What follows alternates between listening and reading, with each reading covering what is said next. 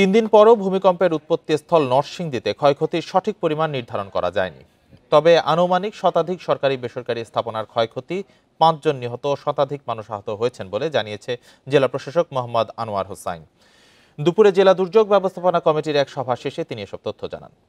তিনি বলেন, আগামী বুধবার ঢাকা থেকে বুয়েটের একটি বিশেষজ্ঞ প্রতিনিধি দল ভূমিকম্পে ক্ষতিগ্রস্ত ভবনগুলো পরিদর্শন করার পর ক্ষয়ক্ষতির সঠিক পরিমাণ জানা যাবে।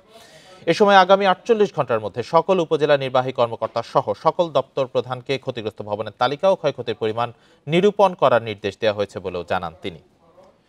এর আগে শুক্রবার সকালে প্রথম দফার পর শনিবার সকাল ও সন্ধ্যায় আরও ২ দফা ভূমিকম্প অনুভূত হয়। এসব ভূমিকম্পের উৎপত্তিস্থল ছিল নরসিংদী।